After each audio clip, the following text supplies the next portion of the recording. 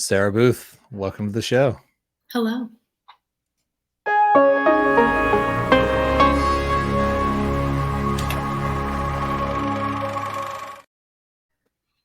Now, full disclosure to everybody out there, Sarah is in fact my wife. This is a strange interview because we're doing it from the same house, one side of the house to the other. But all nepotism aside, Sarah is in 3 of the films on Reveal and is a wonderful actor, regardless if I was the one directing her in these projects. So today we're going to talk a little bit about Squeal, Are You My Mommy, and To Hell with Love. Okay. So I think we should go in order. To Hell with Love being the first time that we collaborated and worked together. Tell us a bit about that film and the character that you play. Okay, so the film premise is this doctor who at first you don't really understand what he's doing, but there is an unfortunate woman in his office, or he's a dentist, right? Correct. Yes. Okay. Sorry, it was a long time ago. He's No a worries. dentist, and this woman that I play keeps kind of coming back from these lucid dreams or moments of where she's just not present in the room, and starts telling him some information. And you eventually, should we spoilers? Spoilers are allowed. The movie's old, or we can go spoiler free. You can just You dance around eventually it. realize why he's sending her to these strange places in her mind. It's pretty much for his own benefit. So it's a good one. It's creepy. It's not spoon fed to the audience, which I really like. But it was the first thing that we ever collaborated on, right? Yeah. It was originally intended for the Real World Film Festival. I think they had an open challenge to if you were an ACTRA member for the Toronto Union. And we were recently married, and you kind of like kicked my butt and said, write something. This is due like immediately, and put together a little team to do it. So, I mean, that character is definitely, as the dog. Yeah. It's like that scene in Christmas Vacation. The dog, something's yakking. Oh, it's the dog. He's yakking on a bone. But it's up now. Yeah. Hey, listen, in the Zoom world, it's the least embarrassing thing to happen. Plus, he's in Are You My Mommy, so he should make a star appearance in this. Yes, he will. He's a little bit busy right now, but he'll be here soon. When we To Hell with Love, very very dark character. You play a prostitute.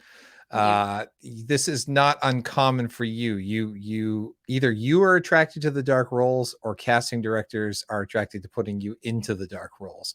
Your personality as an everyday human is the polar opposite. You're bouncy and full of laughter and joy. What do you think it is about dark characters that draws you or are drawing people to bring you in for these characters? I think I have a lot of fun playing them, and I can easily go to the places that these dark characters need to go.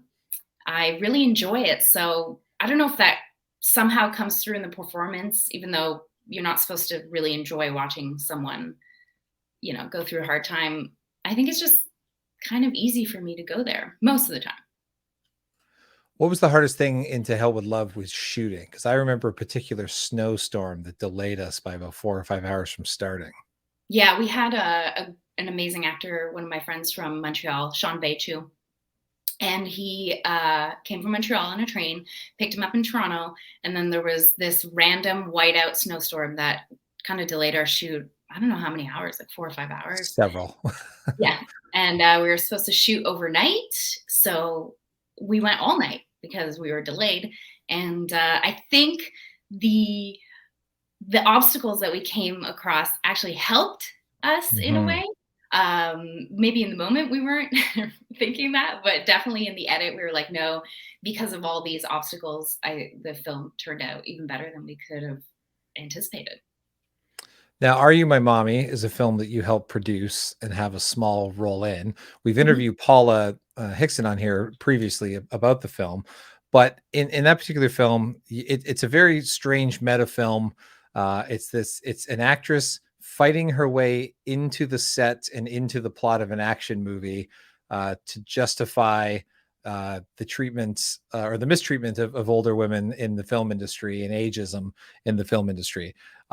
You play the character who is supposed to star in a movie that she has thus abducted and or murdered. We don't quite know, Question mark. but in the we shot that in California, and it was the first time you got to co-star in a scene with your favorite co-star. Yes, it was the first time that Puck graced the one of our films. No, it was a great time. I had such a fun experience with that film. It was one of our first produced projects, I think, when we were in LA. Was it Yeah. not? We had done a couple shorts and stuff. But it was a wild ride. The script was amazing. I'm so happy that they approached you to direct the short film.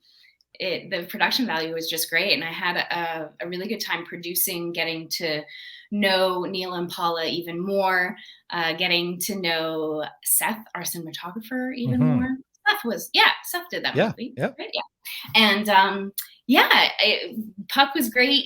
We worked with Kelly Phelan, who was our stunt coordinator on that short, and she just kicked booty. But yeah, I think it turned out. I mean, it was one of our best shorts for sure. And you mentioned Kelly Phelan, who did our stunt coordinating and our armory on the set for the gun safety. Mm-hmm. How did you meet Kelly? Because I think this is a fascinating chapter of your performance background. Yeah. So when we moved to LA, you kind of start over in whatever city that you move to in this industry. So I was keeping my eyes out for some jobs that, had some acting elements to it, but that it could also be, a little bit more regular. And I auditioned for this show called Waterworld, which was at Universal Studios Hollywood. So it's basically Waterworld, the movie, condensed into a 20-minute stunt show.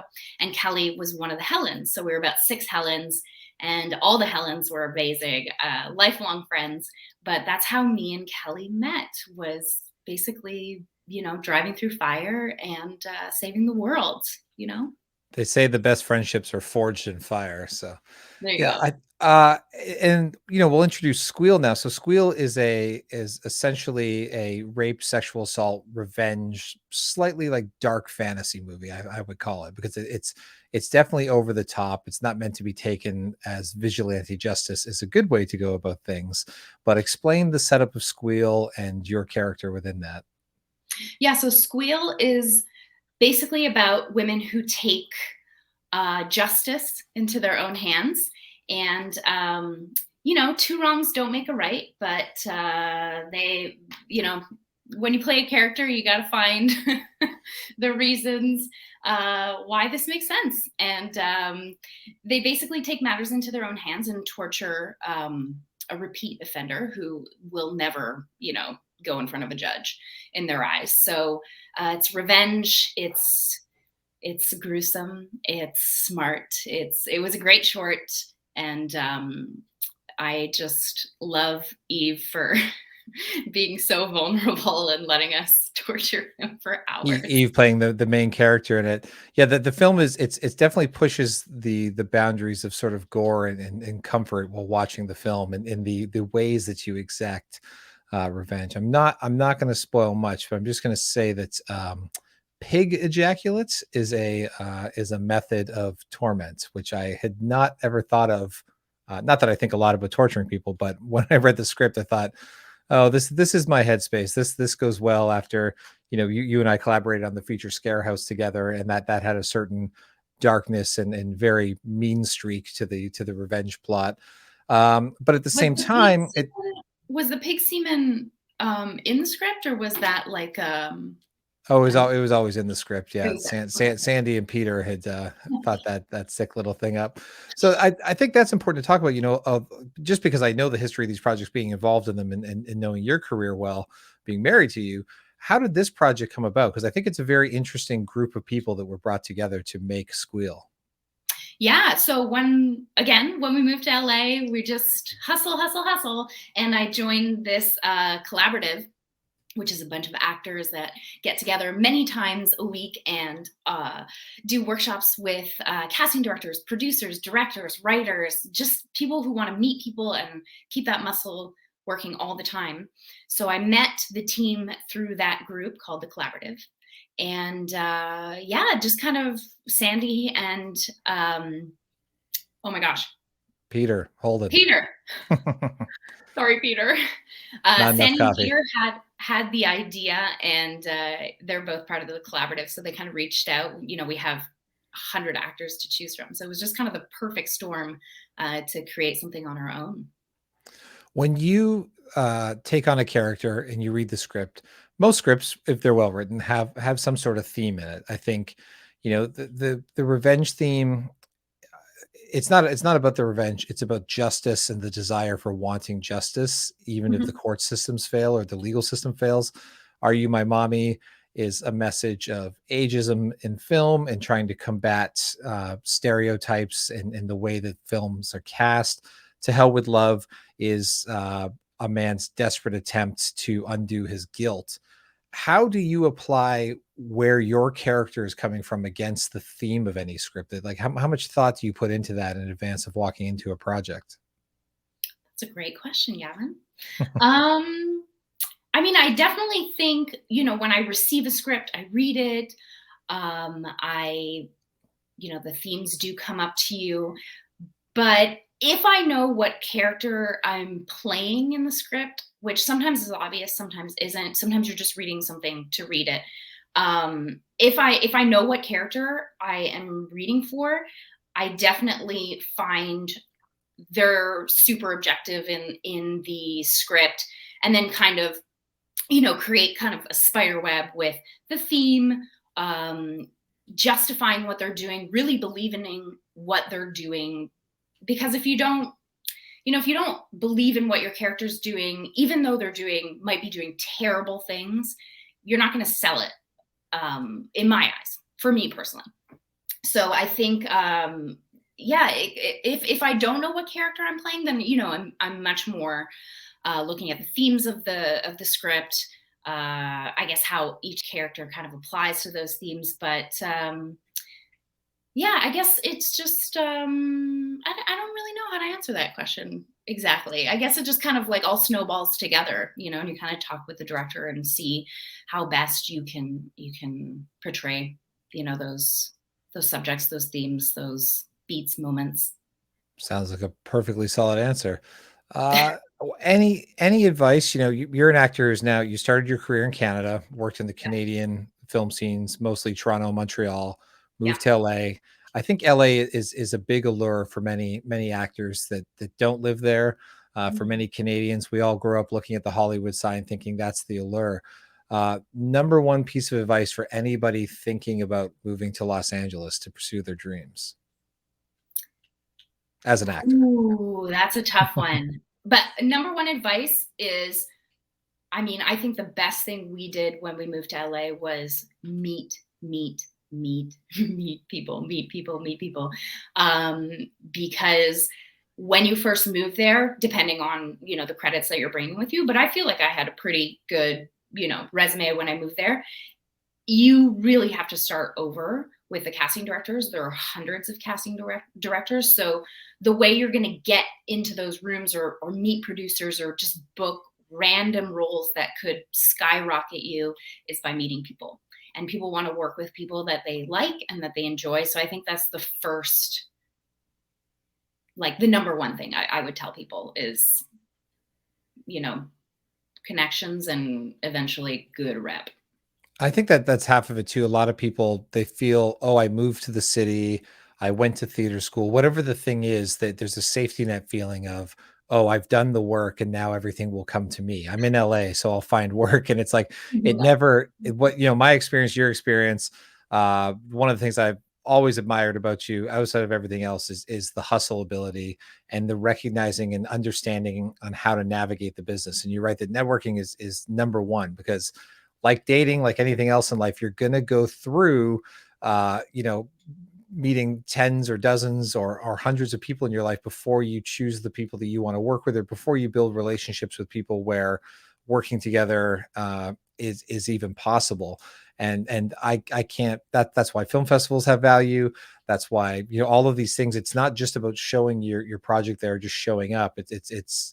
I hate the term like working the room, but like you've got to sort of make the rounds and meet people. In LA, it makes it easier. There are so many people concentrated in one city that are Oh trying my to gosh. You have, just go to a have the coffee same shop. dream. Yeah. Coffee. Anyone with a MacBook open in LA is writing a screenplay or reading an audition. Yeah.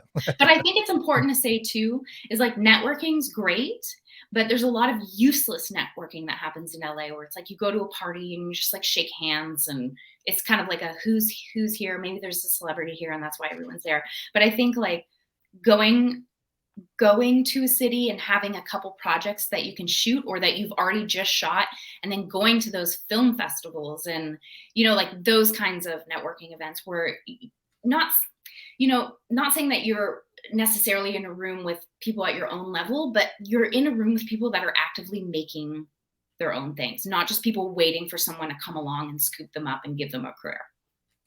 Yeah, and I think the collaborative is a good example again too, because you would go to these weekly meetings and classes and workshops, but the side effect of that was everyone else in the collaborative producing things. Every once in a while, you get a call, "Hey, can you come? Can you come act in this? Can you come do this? Can you come do that?"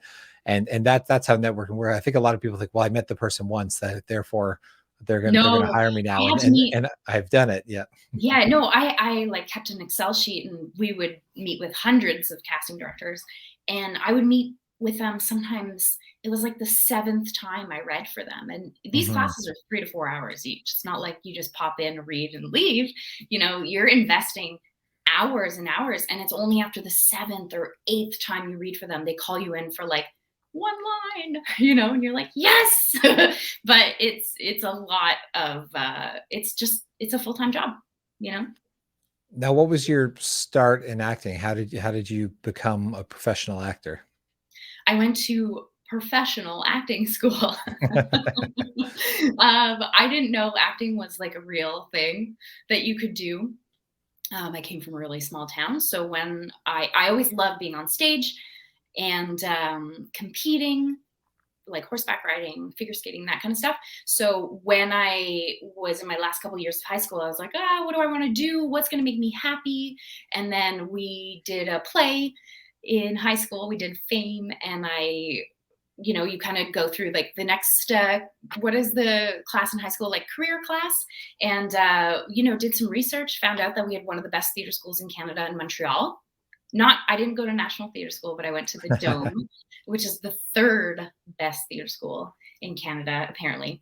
So that's, I went to a theater school, stuck with it, graduated, and just kept going after. So I haven't stopped. You've had a pretty stellar year in 2021 with TV guest appearances, and you just wrapped your first television series for a big streaming giant. Congrats on that for Thank you. Amazon. Pretty wild. But do you lose focus from independent films? Or are you still ready to kind of like get down and dirty, get on independent film sets and play outside of all of the massively large, awesome opportunities you've had? Definitely still want to play. I mean, what I was really, really lucky because the TV series that I just did was big, but it's also felt like indie and family. So there was like that vibe attached to this project. So yeah, I just feel like indie feels good. You have more of a voice. Um, Again, it depends on the project, but I've definitely been on some bigger projects where you go in and you say your lines and they don't want you to be too creative and you leave. And that's fine. You get paid really well. It doesn't last very long and you kind of, you don't get that creative, you don't fill your creative cup as much, but you also pay your rent and you get, big TV credits, which is fine. But yeah, like for me, I need the balance. Like if someone were to ask me like, what's your favorite? I would say like a mixed bag is my favorite because it kind of like, fills my bank account, and then fills my cup. So a little bit of both is really nice. Bank a cup is when you're just saving it home in a jar or something, I think. Yeah. Out of Squeal, Are You My Mommy, or To Hell with Love, do you have a favorite memory or funny story that comes to mind out of any one of those things that you can share as we close out? Oh, wow. Um, While you think, I'll tell you my favorite, which is funny, yes, and please. I haven't thought about it since it happened. Do you remember driving to our Are You My Mommy location one day and somebody hit our car while we were driving to set and then just drove off, Yes. and we were trying, and then we just went, we have an We old tried to beater. chase them It was for an like old 2 beater months. car, and we're like, we can't be late to set. So it's funny, like if you have an old beater car in LA, you honestly get used to having car accidents in LA. But it Yeah. was just so thinking back on it, like that's just so random and funny that we were like, we got to We get have to more set on important time. things We to have do. yeah, so we just didn't care that we got an offender bender and somebody got away with it. Oh my god. Oh, well, actually, as well, on, Are You My Mommy, the train. Remember there was a train right next to our location? So we I had to I stop. I think there's a blooper Oh, of lead actor Neil Napier at one bit being like, "The train, we gotta wait out this effing train." Do you remember him having like a mild meltdown when he sat in front of yeah, because some the days, crates? Yeah. we were fighting for daylight, and we would, we're like, you get to the end of the day and you're like, "We gotta go." So everyone's like primed and ready, especially like action scenes, and then all of a sudden it's like train, and you're just like, "Ah!" You just get so frustrated. But that's independent filmmaking. We can't afford these crazy sound stages and things like that. So you just kind of have to, Or keep ADR or a lot of ADR. or ADR. Yeah. Yeah, yeah. But I Well, have yeah, to say, yeah. on Squeal, I mean, just all the stuff that we did with Eve, like him on Yeah. the back machine, just we had a lot of fun. Like there were so many laughs in between takes, and we kept it light, we kept it fun because it was not fun for him. He's a Yeah, trooper. definitely. Yeah. So that's it. We're out of time. We're a little bit over time, but that tends to happen lately. I get gabbing. Anybody out there, if you're not on Reveal, reveal.net, Reveal Movies is a platform. You can watch all kinds of great independent shorts, features, documentaries. It's 100% free. All you have to do is sign up for an account. It works like the other streaming platforms. You have your account, you log in, you make watch lists, you do everything that you want to do, find a bunch of awesome upcoming talent and established talent and see some of their indie work that you haven't seen before. 100% free. You'll never be billed monthly. So, Sarah, thanks for joining us. And it's been such a good time chatting. Do you want to keep chatting, like maybe meet in the kitchen for lunch, or we'll pick Maybe up a camera and do make a people short want film to see today? do people want to see the cute dog though? Oh, yeah, of course. Yeah, we always have extended time.